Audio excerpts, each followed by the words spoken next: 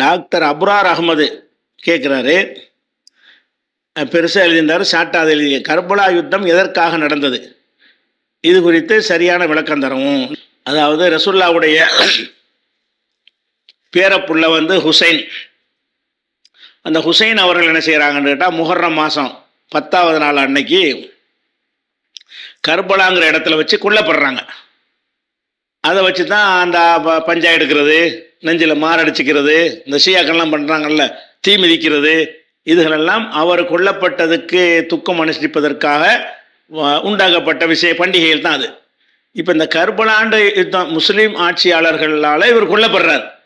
அப்போ கர்பலா யுத்தம் எதுக்கு நடந்துச்சு, இவர் என்னத்துக்காக வேண்டி சண்டைக்கு போனாரோ, அல்லது இவர் பக்கம் நியாயம் இருக்குது அவர் பக்கம் நியாயம் இருக்குதா என்ன, அதுதான் அவருடைய கேள்வி. இதில் மேட்ரு என்னன்னு கேட்டால், ரசூலுல்லாவுக்கு பிறகு அபூபக்கர் ஆட்சிக்கு வர்றாங்களா, பிரச்சனை இல்லாமல் வந்துட்டாங்க. உமர் ஆட்சிக்கு வந்துட்டாங்க, உஸ்மான் ஆட்சிக்கு வந்துட்டாங்க, அலி ஆட்சிக்கு வந்துட்டாங்க. உஸ்மான் ஆட்சி வர்ற வரைக்கும் எந்த பஞ்சாயத்தும் இல்லை. அலி அவர்கள் ஆட்சிக்கு வரும்போது தான் பஞ்சாயத்து வருது. இப்படி ரெண்டா சமுதாயம் பிரியுது. ஒன்று உஸ்மானை கொலை செஞ்சது அலி தான் அப்படின்னு ஒரு சாரார், இல்லை அலி கிடையாது பொதுமக்கள் தான் கொண்டாங்கன்னு ஒரு சாரார். அப்படிங்கிறதுனால அலி தலைமையில் ஒரு திரண்டவர்கள் அது ஒரு தனி ஆட்சி மாதிரி ஆக்கிக்கிட்டாங்க. முஆவியான்னு ஒருத்தர் இருந்தார். முஆவியான்னா அபு சுஃபியானுடைய மகன், ரசூலுல்லாவுடைய மைத்துனர், உம்மு ஹபீபாவுடைய சகோதரர். முஆவியா என்ன செய்கிறாருன்னா, ஷாமில் சிரியாவில் டமாஸ்கஸ் இருக்குல்ல, அங்கே அவர் கவர்னராக இருந்தார். கவர்னராக இருக்கும்போது தான் அந்த உஸ்மான் கொலை நடந்த உடனே அலி தான் இதை செஞ்சார் அப்படிங்கிற குற்றச்சாட்டு முஆவியாவுடைய குற்றச்சாட்டு. அதனால உன்னைய தலைவராக ஏற்றுக்கிறீங்களான்னு சொல்லி அவர் தனி ராஜ்யம் பண்ண ஆரம்பிச்சிட்டாரு. அப்போ உஸ்மான் வரைக்கும் தான் ஒரே சாம்ராஜ்யமாக இருந்துச்சு. அலி ஆட்சிக்கு வரும்போது எல்லா மக்களும் அலிக்கு பின்னாடி போகலை. அலி எதிர்த்து ஆயிஷா நாயகி கூட சண்டைக்கு போன, அலி தான் அந்த கொலைக்கு காரணம்னு சொல்லி ஆயிஷா நாயகி, தல்ஹா, ஜுபைர் போன்ற சஹாபாக்கள்லாம் அந்த ஒட்டகப்போரில் கலந்து கொண்டாங்கல்ல, அதெல்லாம் அலி மேலே தான் சார்ஜ் பண்ணாங்க. அதே நேரத்தில் முஆவியா அவர் என்ன செய்யலை, இவர் கட்டுப்பட மாட்டேன்ட்டார். அவருக்கும் அலிக்கும் கூட சண்டை சிஃபின்கிற இடத்துல நடந்திருக்குது. அந்த ஒரு யுத்தம்லாம் நடந்துச்சு. அப்படி இருக்கும்போது ரெண்டாக பிரிஞ்சிட்டாங்களா.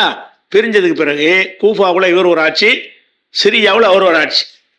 முஆவியாவுடைய ஆட்சி தான் பெருசாக இருந்துச்சு. ஏன்னா அவர் அந்த போர் தந்திரம் நல்லா அறிஞ்சவர்.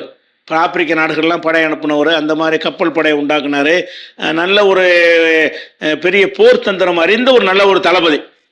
அப்படி இருக்கும் பொழுது அப்புறம் அலி ரலியல்லாஹு இந்த பக்கம் மூத்தா போயிடுறாங்க. மூத்தா போன உடனே இந்த பகுதி ஆட்சி இருக்குல்ல, இந்த கூஃபாவுடைய பகுதி ஆட்சி, அந்த ஆட்சிக்கு அலியுடைய மகன் ஹசன் பொறுப்புக்கு வர்றார். எல்லாரும் மக்கள் நீங்கள் கலீஃபாவாயிருங்க அப்படிங்கிறாங்க. இந்த பகுதிக்கு ஹசனு, அந்த பகுதிக்கு முஆவியா அப்படின்னு வந்துடுறாங்க. அதுக்கு பிறகு என்ன ஆகுதுன்னு கேட்டால், ஹசன் யோசிக்கிறார், நம்ம ஒரு ரசூலுல்லாஹ் காலத்தில் ஒரு நாடாக இருந்துச்சு, அபூபக்கர் காலத்தில் ஒரு நாடாக இருந்துச்சு, உஸ்மான் காலம் வரைக்கும் ஒரு நாடாக தான் இருந்துச்சு, ஒரு முஸ்லீம் நாட்டுக்குள்ளே இது ரெண்டு தளபதி எதுக்கு அப்படின்னு சொல்லி யோசித்து பார்த்து அவர் முஆவியாவோட பேச்சுவார்த்தை நடத்தி, நீங்களே கலீஃபாவை இருந்துக்கிறங்க, நான் அதை விட்டு தந்துடுறேன்னு சொல்லி ஒதுங்கிட்டார். அப்போ ஹசன் அவர் 6 மாதம் தான் இருந்தார். 6 மாதத்தில் என்ன செய்கிறாருன்னா, ஒட்டுமொத்த அரசாங்கத்தை முஆவியா கையில் ஒப்படைச்சிட்டார். இப்போ முஆவியா மட்டும்தான் கலீஃபா, 2 ஆட்சியெல்லாம் கிடையாது, ஒரு நாடாகிடுச்சு. இப்படி ஆன உடனே அந்த முஆவியா என்ன பண்ணுறாருன்னு கேட்டால், அவருடைய உசுரோட இருக்கும்போதே அவருடைய மகன் யசீதுங்கிற ஒரு ஆளுக்கு மகனுக்கு என்ன செய்கிறாருன்னா, நீங்கள் எல்லாம் பையத்து செய்யணும், உயிரோடு இருக்கும் பொழுது யசீதுக்காக முஆவியாவுக்கு பிறகு என் மகன் தான் வரணும் அப்படிங்கிறதுக்காக இவர் என்ன செய்கிறாருன்னு கேட்டால், முக்கியமான பெருமுகர்கள் சஹாபாக்கள் இவங்கள்ட்ட எல்லாம் பையத்து வாங்குறாரு. நீங்கள் அவரை பையத்துனா வாக்கு கை மேலே சத்தியம் பண்ணி சொல்கிறது, உங்களே ஆட்சியாளராக ஏற்றுக்கிறோம், ஓட்டு போடுற மாதிரி ஏறக்குறைய உங்களை ஆட்சியாளரை ஏற்றுக்கிறோம்னு சொல்லக்கூடிய விஷயந்தான் பையத்துங்கிறது. அந்த மாதிரி கேட்கும்போது எல்லாருமே சகட்டு மேனிக்கு பெரும்பாலான மக்கள் யசீதுக்கு பையத் செய்கிறாங்க. யசீதுக்கு தேடி செய்கிறாங்க. இவங்க போய் கேட்டும் வாங்குறாங்க. ஆட்கள் அனுப்பி பெருமுகர்கள் இருப்பாங்கள்ல, பெருமுகர்லாம் தேடி போய் பார்த்து, நீங்கள் யசீதுக்கு பையத் செய்யணும், அவரை ஆட்சியாளர் ஒத்துக்கிறேன்னு சொல்லுங்க அப்படின்ட்டு கொஞ்சம் கட்டாயப்படுத்தியும் கொஞ்சம் அறிவுரை சொல்லியும் அப்படி பல விதங்களில் என்ன செய்கிறாங்கன்னா பையத்து வாங்குறாங்க. அப்படி வாங்கும் பொழுது இவரையும் அணுகிறாங்க, ஹுசைனை அணுகிறாங்க. ஆள் அனுப்பி என்ன செய்கிறாங்க, நீங்கள் யசீது தான் இப்போ தலைவராக இருக்கார், மக்கள்லாம் பையத் செஞ்சிட்டாங்க, அதனால நீங்களும் அவருக்கு பையத் செய்யுங்க அப்படின்னு கேட்குறாங்க. அவர் என்ன செய்கிறாருன்னு கேட்டால் பையத்து செய்யலாம், எங்களை மாதிரியான ஆட்கள் வந்து வந்து ரகசியமாக செய்ய முடியாது, நாளைக்கு வந்து மக்கள் மன்றத்தில் நாங்கள் செய்கிறோம், ஒரு நாள் டைம் கொடுங்க. யார் சொல்கிறா? ஹுசைன் சொல்கிறார். மக்கள் மன்றத்தில் வந்து தான் நாங்கள் செய்வோம், எல்லா மக்களும் பார்க்குற விதமாக நாங்கள் யசீதுக்கு பையத் செய்கிறோம். இவங்க இப்போ ரகசியமாக நீங்கள் கேட்டதுக்காக நாங்கள் செய்ய முடியாதுன்னு அவங்க நம்பி, அந்த அனுப்பப்பட்ட தூதர்கள் நம்பி போயிடுறாங்க. இவர் என்ன பண்ணுறாருன்னா ராத்திரி அங்கேருந்து புறப்பட்டு மதீனாவிலேருந்து புறப்பட்டு மக்காவுக்கு வந்துடுறாரு. மக்காவுக்கு ஏன் வர்றாருன்னு கேட்டால், மக்காவில் தஞ்சம் அடைஞ்சால் கொல்ல மாட்டாங்க. மக்காவில் என்ன புனித அல்லாஹ்வுடைய புனித ஆலயம் இருக்கிற காரணத்தினால அதில் போனால் நமக்கு இன்னும் வராது அப்படிங்கிறதுக்காக என்ன செய்கிறாருன்னு கேட்டால், அவர் வந்து மக்காவுக்கு போயிடுறார். மக்காவுக்கு போய் அங்கே 6 மாதம் 4.5 மாதம் அங்கே இருக்கிறார். இருந்துட்டு துல்ஹஜ்ஜி மாதம் ஹஜ்ஜுடைய காலம் வரும்ல, அந்த 8ஆம் நாள் வரும்போது என்ன செய்கிறாருன்னா மக்கா விட்டு கிளம்பிடுறார். எல்லாம் ஹஜ்ஜுக்கு போய்கிட்டு இருக்கிறாங்க. இவர் அப்போ இருந்து மக்காவிலேருந்து கிளம்பி கூஃபாவுக்கு போகிறார் ஹஜ்ஜு செய்யாமல். ஏன்னு கேட்டால், ஹஜ்ஜின்னு சொல்லும்போது பலதரப்பட்ட ஆட்கள் வருவாங்க, பெருங்கூட்டமாயிரம். அந்த கூட்டங்களில் பல சதிகாரர்கள் வந்து நம்மளை கொன்றுவாங்க அப்படிங்கிறதுக்காக வேண்டி எல்லாரும் வரக்கூடிய நாள் வந்த உடனே இவர் 8ஆம் நாள் என்ன செய்கிறாருன்னா துல்ஹஜ் மாதம் புறப்பட்டு போய் கூஃபாவுக்கு வர்றார். கூஃபாவுக்கு எதுக்காக வர்றாருன்னு கேட்டால், கூஃபாவிலேருந்து பல கடிதங்கள் இவருக்கு மக்காவில் இருந்தார்ல, இருந்த காலத்தில் அந்த 4 மாத காலத்தில் கடிதங்களாக வருது. என்ன கடிதம்? இந்த யசீதை காப்பாற்றுங்க, கெட்ட ஆட்சியாக இருக்குது, நீங்கள் வந்து பொறுப்பேற்றுக்கிறங்க, நாங்கள் உங்கள் பக்கபலமாக நிற்கிறோம் அப்படின்னு சொல்லி என்ன செய்கிறாங்கன்னா அவர் அழைக்கிறாங்க. கடிதங்கள் மூலமாக இவரை வந்து அழைக்கிறாங்க. கடிதங்களாக ஒருத்தராக கொண்டாந்து கடிதம் கொடுக்குறாங்க, நீங்கள் கூஃபாவுக்கு வாங்கன்னு சொல்லி. அப்போ வந்து இவர் அதை நம்பிக்கிட்டு என்ன செய்யறா, காத்துக்கிட்டு இருந்து துல்ஹஜ் மாதம் 8ஆம் நாள் புறப்பட்டு கூஃபாவுக்கு போகிறார். கூஃபானா அந்த ஈராக்குக்கு போகிறார். ஈராக்கு போன உடனே அப்போ என்ன செய்யணும், இது வந்து யசீதுடைய வகைராக்கள் தெரியுது. இவர் பையத்தும் பண்ணாமல் மக்காவில் தலைமறைவாக இருக்கும், ஒன்றுமே அவங்கள செய்யலை. ஏன்னு கேட்டால் அவர் பையன் செய்யட்டாலும் பரவாயில்லை, எதிர்க்காமல் இருந்தாலே போதும்னு விட்டுட்டாங்க. அப்புறம் என்ன செய்யணும், இவர் கூஃபாவுக்கு போகிறாரு. கூஃபாவில் ஒரு பெரும் கூட்டம், இவருக்கு பக்கம் திரள்றதுக்கு வாய்ப்பு இருக்குது அப்படின்ற உளவு தகவலை வைத்து என்ன செய்கிறாங்கன்னு கேட்டால், அவங்க வந்து ஒரு சுமார் 12,000 பேர் கொண்ட ஒரு படையை அனுப்புகிறாங்க. எங்கள் ஈராக்குக்கு கூஃபாவுக்கு அனுப்புகிறாங்க. எதுக்காக வேண்டி, இந்த ஹுசைன் வந்து அவர் பெரிய கூஃபா மக்களே அவரோட நிற்கிறாங்கன்னு அவங்க நினச்சிக்கிட்டாங்க. ஏன்னா அப்படி தான் அவங்க கடிதத்தில் நான் நம்பிக்கை விட்டுருந்தாங்க. கூஃபாக்காரங்க என்ன செஞ்சாங்க, நம்பிக்கை விட்டுருந்தாங்க, நீங்கள் வந்தீங்கன்னா உங்கள் பின்னாடி நாங்கள் நிற்போம்னா என்ன, எதிர்த்து நம்ம போராடுவோம்னு சொல்லி. இவர் என்ன செய்கிறாரு, நம்ம போனோம்னு சொன்னால் ஒரு அவங்க 12,000 இருந்தால் நம்ம ஒரு 12,000 பேர் இருப்போம், கூஃபா மக்கள்லாம் நம்ம பின்னாடி திரளுவாங்க அப்படின்னு சொல்லி இவர் அங்கே போகிறார். இவங்களும் அதை நம்பி தான் பெரும்படை இறக்குறாங்க. இது ஹுசைன் மட்டும்தான் அவ்வளோ பெரிய படை தேவையில்லை. 12,000 பேர் யார் தலைமையிலன்னு கேட்டால், சஅத் இப்னு அபி வக்காஸ், இந்த 10 நபித்தோழரில் இருக்கிறார்ல, அவருடைய மகன் உமர் இப்னு சஅத் இப்னு அபி வக்காஸ், அவர் யசீதுடைய இதில் தளபதியாக இருக்கிறார். அவர் தலைமையில் தான் ஒரு படையை அனுப்பி யுத்தம் செய்வதற்காக வேண்டி ஒரு படையை அனுப்புகிறாங்க அந்த கூஃபாவுக்கு, ஈராவுக்கு. இவரும் போகிறார். போனால் கூஃபாக்காரங்க ஊர் பையன் இவருக்கு பின்னாடி வரல. ஒரு பழமொழி கூட அல் கூஃபி லா யூஃபிமாங்க, கூஃபாக்காரன் வாக்கு நிறைவேற்றினது கிடையாது, பொய் வாக்கு கொடுப்பாங்க அப்படின்னு சொல்லி அந்த ஊருக்கே ஒரு பழமொழி இருக்குது. அந்த கூஃபாக்காரங்க யாருமே அவருக்கு வரலன்ற உடனே அந்த கர்பலாங்கிற இடத்துல தான் போயிட்டு இருக்கும்போது வழிமறிச்சிடுறாங்க. வழிமறிச்சோம்னு சொன்னால், இவரோட போனது யாருன்னு பார்த்தீங்கன்னு சொன்னால் வெறும் 72 பேர். ரசூலுல்லாஹ்வுடைய பேரப்புள்ள, இவர் பக்கம் நியாயம் இருப்பதாக மக்கள் விளங்கி இருந்தாங்கன்னு சொன்னால் எத்தனை பேர் போயிருக்கானே. ரசூலுல்லாஹ்வுடைய பேரப்புள்ளங்கும் போது அம்புட்டு சமுதாயம் பின்னாடி திரண்டிருக்கணும். அப்படி திரளலை, வெறும் 72 பேர், எல்லாம் அவர் குடும்பத்து ஆளுக்கு தான்.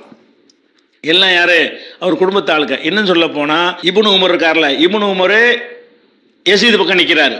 உதாரணத்துக்கு சொல்கிறேன், எப்படிப்பட்ட சஹாபாக்கெல்லாம் நின்றாங்கன்னா, இப்னு உமர், ஜாபிர் இப்னு அப்துல்லாங்கிற சஹாபி, அபு சயீத் அல் குத்ரிங்கிற சஹாபி, அப்துல்லாஹ் இப்னு ஜுபைருங்கிற சஹாபி, அனஸ் ரலியல்லாஹு சொல்கிறோம்ல அனஸ் அவர்கள், அதே மாதிரி அப்துல்லாஹ் இப்னு அம்ர் இப்னு ஆஸ் அவர்கள், சஹல் இப்னு சஅத் அவர்கள், அபூபக்ரா பின் ஹாரிஸ் அவர்கள், இக்ரிமா பின் அபுஜஹலுடைய மகன் இக்ரிமா, அவர் ரசூலுல்லாஹ் காலத்தில் இஸ்லாத்துக்கு வந்துட்டார். அவர், ஹாரித் பின் ரபி, மிஸ்வர் பின் மஹரமா, இவங்க எல்லாருமே அன்னைக்கு இருந்த எஞ்சிய சஹாபாக்கள். அம்புட்டு பேரும் யசீதுக்கு பையத்து பண்ணுறாங்க. பையத்து பண்ணி இவருக்கு அறிவுரை சொல்கிறாங்க, நீங்கள் வந்து தேவையில்லாமல் வர்றீங்க, ஒரு ஆட்சி அமைஞ்சு போச்சு, அதில் வந்து நீங்கள் குழப்பத்தை விளைவிக்கணும், ஃபித்னாங்கிறது மார்க்கத்தை தடுக்கப்பட்டிருக்கிறது, நீங்கள் திரும்பி போங்கன்னா இவருக்கு அட்வைஸ்லாம் பண்ணுறாரு, இப்னு உமர்லாம் பண்ணுறாரு. இப்னு அப்பாஸும் அவரோட நிற்கலை, அவர் நெருங்கிய சித்தப்பாவுடைய பிள்ளையாராக இருந்தாலும் இப்னு அப்பாஸ் கூட இல்லை. இவரோட நின்றவர்லாம் யாருன்னு கேட்டால் சஹாபிகள் இல்லாத இவருடைய குடும்பத்தை சேர்ந்த ஒரு 18 பேர், இவருடைய நண்பர்கள் அப்படின்னு சொல்லி மொத்தம் ஒரு 72 பேர் தான். அப்போ ஒரு 72 பேர் அந்த அந்த சமுதாயத்தில் இவர் பின்னாடி நிற்கிறார்கள். ஒட்டுமொத்த மக்களும் அவருக்கு எதிரணியில் நிற்கிறார்கள் என்று சொன்னால் அதில் என்ன விளங்குன, இவருடைய செயல் வந்து மார்க்கத்துக்கு உகந்ததாக மக்கள் கருதலை. இல்லாட்டி ரசூலுல்லாஹ்வுடைய பேரனை விட்டு கொடுப்பாங்களா? இவர் செஞ்ச வேலை என்னன்றா, இப்போ தான் ஒரு அண்ணங்காரர் இருந்து எல்லாத்தையும் உண்ணாக்கிட்டு போயிட்டார். ஹசன் இருந்து என்னுடைய ஆட்சி நீனே வச்சுக்கேன்னு கொடுத்துட்டு ஒரு அழகான ஒரு சமுதாயமாக உண்டாக்கிட்டு போயிட்டார். ஆட்சியாளர்கிட்ட 1000 தவறு இருக்கலாம், அதுக்காக வேண்டி இன்னொரு ஆட்சியை உண்டாக்குறதுன்னு சொல்லி படையெடுத்து வருவது, அது ரத்தம் சிந்துவது, இதெல்லாம் வந்து ஏற்ற காரியம் இல்லை, ஹுசைன் செஞ்சது சரியில்லை அப்படின்னு யசீதுக்கு பிறகு, அதாவது மாவியாவுக்கு பிறகு யசீத் மகன் ஆட்சி வர்றதுன்னு அப்படி வாதம் வச்சாங்கன்னு சொன்னால் இவரும் அத்தனை கேட்குறாரு. இவர் அலிக்கு பிறகு தானே பாப்பா பிறகு தானே மகன் கேட்குறாரு. அதே கான்செப்ட் இங்கேயும் இருக்கிறது. அப்போ தாப்பான பிறகு மகன்கிற ஒரு விஷயம் வந்து அலிக்கு பிறகு இதுக்கு ஹசன் ஆட்சியாளராக வந்தார். இது வந்து அந்த அது அப்படி ஏற்கப்பட்டு இருந்திருக்கு, இவரும் செஞ்சிருக்கிறாரு. இன்னும் சொல்ல போனால் இவங்க தான் முந்தி செஞ்சவங்க. அலி அவர்கள் வந்து அலிக்கு பிறகு ஹசனை கலிபாக்குனாங்கல்ல, தந்தைக்கு பிறகு மகன், அந்த விஷயத்தை ஃபஸ்ட்டு செஞ்சது இங்கே தான் செஞ்சாங்க. அதை பார்த்தா யசீதுக்கு முஆவியா செய்கிறார். அப்போ அது மகனை ஆட்சி கொண்டு வந்துட்டார் என்பதை ஒரு குற்றமாக சொல்ல முடியாது. சொன்ன 2 பேர் மேலேயும் சொல்லணும், அதை இவரதை செஞ்சார் அவரை செஞ்சார்னு சொல்லணும். அப்போ ஹுசைன் என்ன பண்ணார்னு கேட்டால், கூஃபா மக்கள்லாம் திரண்டாங்கன்னா அது அவங்க வாப்பா காலத்தில் எப்படி கூஃபா தனி நாடாக இருந்துச்சோ, முஆவியாவை கட்டுப்படாமல் அப்படியான ஒன்று ஏற்படும் என்ற ஒரு நம்பிக்கையில் ஏற்படும் இருந்தாலும் போயிருக்கக்கூடாது. ஏன்னா வேணான்னு சொல்லி ஹசன் ஒப்புதல் கொடுத்து அவர் பெரிய காணிக்க பரிசெல்லாம் கொடுத்து பாதுகாப்புலாம் கொடுத்து கண்ணியப்படுத்தி ஹசனை வந்து அனுப்பி விட்டுருவார் முஆவியா மதீனாவுக்கு, நல்லா உபசரிப்பார். அது அந்தளவுக்கு நீங்கள் நல்ல ஒரு சமுதாயத்தை ஒன்றுபடுத்திட்டீங்க அப்படியெல்லாம் செஞ்சு இருக்கும் பொழுது இவர் ஹுசைன் என்ன பண்ணுறாருன்னு கேட்டால், எவனா கடிதம் போட்டாங்கிறதுக்காக வேண்டி நான் போய் இப்போ இந்த ஆட்சியை மாற்ற போகிறேன், இந்த ஆட்சியை மாற்ற போகிறேங்கிற விஷயம் ரசூலுல்லாஹ் பேரராக இருந்தாலும் மக்கள் ஒத்துக்கல. ரசூலுடைய பேர புள்ள, உகந்த புள்ள, ரசூலுல்லாஹ்வுக்கு விருப்பமான புள்ள, அதெல்லாம் இல்லை செய்யுதா ஷபாபி அஹ்லில் ஜன்னா, சொர்க்கத்து இளைஞர்களின் தலைவர்கள் 2 பேரும் அப்படின்லாம் சொன்னாங்கல்ல, அதெல்லாம் இருக்கிறது, அதெல்லாம் மறக்க முடியாது. ரசூலுல்லாஹ்வுடைய ஹதீஸில் அவருக்கு சிறப்புகள் இருக்கிறது. அப்படி இருந்தாலும் அவர் வந்து இப்படி போனதை வந்து அன்றைய மக்கள் என்ன செய்யலை, ஏற்றுக்கொள்ளவில்லை. 72 பேர் விட்டாங்க. சரி, 72 பேர் தான் இருக்கிறாங்க போது இந்த கிறுக்கு பயல் யசீதுக்கு சம்பந்தம் கிடையாது, அவருக்கு டமாஸ்கஸில் இருக்கிறார். இங்கே வந்து இது கர்பலாங்கிறது ஈராக்கில் இருக்குது, அது வந்து ஷாமில் இருக்குது. இங்கே தான் நடக்குதுன்னா இவர் யசீத் நேரடியாக தொடர்பு இல்லை. ஆனால் யசீத் அனுப்பின படை தான் போகுது. அந்த படை வந்து என்ன செஞ்சாங்கன்னா அவரை வந்து ஒரு நெருக்கடிக்கு உண்டாக்கி அவரை பயிர் செய்ய வைங்கிறதுக்கு தான் அதை அனுப்புகிறாங்களே தவிர சண்டைக்கு அனுப்பலை. ஆனால் போனவங்க என்ன செய்வாங்கன்னா ஆர்வக்கூடாரில் கூடுதலாக செய்வாங்க, நம்ம 1 செஞ்சால் 10 செஞ்சுட்டு வருவாங்க, அப்போ தான் ஆட்சியாளருடைய நெருக்கம் கிடைக்கும்னு சொல்லி.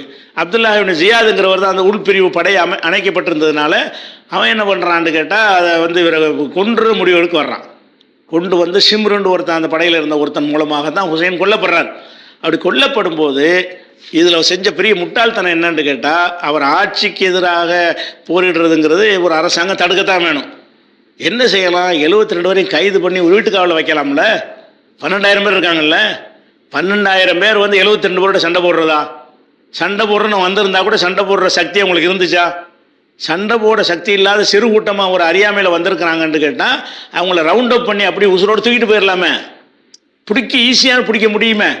அப்படி இருக்கும் பொழுது அவங்கள அழிச்சது எதுக்குன்னு கேட்டால், இவன் இருந்தார்னா அது மறுபடியும் ஒரு கூட்டம் உண்டாகிட்டே இருக்கும், பிளான் பண்ணி தான் அழிச்சிருக்காங்க. யசீதுக்கு அதில் உடன்பாடு இல்லை. ஏன்னு கேட்டால் அவருடைய உத்தரவுகள்லாம் தெளிவாக இருக்குது, நீங்கள் அவரை நெருக்கடிக்கு உள்ளாக்கி பையத் செய்ய வைங்க, அதுக்குள்ளே ஏற்பாடு செய்யுங்கன்னு தான் அனுப்பி வைக்கிறார். ஆனால் இவங்க போனவங்க என்ன பண்ணுறாங்கன்னு கேட்டால், அவரால் நியமிக்கப்பட்ட தளபதிகள் வந்து காலி பண்ணிடுவோம், காலி பண்ணால் தான் இது இல்லாமல் போயிடும். அவருடைய குடும்பத்தில் கம்ப்ளீட்டாக எல்லாரும் காலி பண்ணிட்டாங்க. என் பேரில் ஒரு ஆள் ஜெயினுல்லா அப்படின்னு அவர் உடம்பு சரியில்லை, அவர் மட்டும்தான் 72 பேரோட சேர்ந்து போகாத ஒரு ஆள். அவர் வழியாகத்தான் ஹுசைனுடைய பரம்பரையே தொடருது. எல்லாத்தையும் காலி பண்ணிட்டாங்க. ஹுசைனுடைய சந்ததின்னு சொல்வதாக இருந்தால் ஜெயினுல்லா அப்படிங்கிறவர் வழியாக மட்டும்தான் தொடருது. அவர் ஒரு ஆளை விட்டுவிட்டு பொம்பளையில விட்டுட்டு எல்லாரையும் என்ன செய்ய கம்ப்ளீட்டாக காலி பண்ணிட்டாங்க. அப்போ காலி பண்ணதில் இதில் யசீத் மேலே உள்ள மிஸ்டேக் என்னன்னு கேட்டால், இவர் படைத்தளவுக்கு என்ன தான் இருந்தாலும் அங்கே நடந்து இவர் தான் பொறுப்பு, தார்மீக பொறுப்பு அவருக்கு தான் இருக்குது. நேரடியாக அதில் உத்தரவு இல்லாட்டாலும் 72 பேர் எதுக்கு 12,000 பேர் கேட்டால் அவன் பெரிய படையோடு இருப்பாங்கன்னு எங்களுக்கு தகவல் வந்துச்சு, கூஃபாவே திரண்டிருக்குன்னு வந்துச்சுன்னா அதுக்கு வந்தால் அனுப்ப தான் செய்வாங்க. போனோன்னு தெரிஞ்சு போச்சுல, அவர் பக்கம் 72 தான் இருக்காங்கன்னு தெரிஞ்சு போச்சுல, 72 அடக்கிறதுக்கு 12,000 பேரா? அப்போ கோரமான கொடூரமான முறையில் அவர் கொல்லப்பட்ட அநீதி இழைக்கப்பட்டிருக்கு. ஆனால் அவர் செஞ்ச அந்த போரை நியாயப்படுத்தக்கூடாது. அலி இவர் இவராக தேடிக்கொண்டு தான் இவர் செஞ்சிருக்கக்கூடாது. மார்க்க சட்டப்படி கூட நம்ம 72 தான் இருக்கிறோம், 12,000 இருக்காகும் போது அவர் சரணடைஞ்சிடணும்ல, தானே சட்டம். ஒன்றுக்கு டபுள் இருந்தால் தானே சண்டை. ஒரு நியாயமே இருந்தால் கூட இவர் 72 150 பேர் இருந்தால் சண்டை போடலாம். 12,000 எங்கே, 72 எங்கே? அப்போ 12,000 72 போது அவர் என்ன செஞ்சுருக்கேன்னு, நாங்கள் சண்டைக்கெல்லாம் வரல, நாங்கள் எங்கள் வேலையை பார்த்துட்டு போகிறோம் அப்படின்னா விட்டுருப்பாங்க, ரொம்ப கண்ணியமாக விட்டுருப்பாங்க. அப்படி செஞ்சிருப்பாரே, ஆனால் அவரை தலையில் வச்சு தாங்கியிருப்பனே, நீ இந்த மாதிரி பண்ணிட்டீங்களடா, உம்மத்தெல்லாம் என்னை கேவலப்படுத்துகிற அளவுக்கு ஆக்கிட்டீங்களான்ட்டு அப்துல்லா இப்னு ஜியாத் பின்னாடி யசீத் கண்டிக்கிறார், பெரிய வேலையை செஞ்சுட்டு வந்தீங்களான்னு சொல்லி. அப்போ அந்த மாதிரி அடிப்படையில் தான் ஹுசைன் கொல்லப்பட்டார். அப்போ ஹுசைன் கொல்லப்பட்டதில் எதற்காக அந்த கர்பலாவுக்கு போனாரோ அதில் நியாயம் கிடையாது.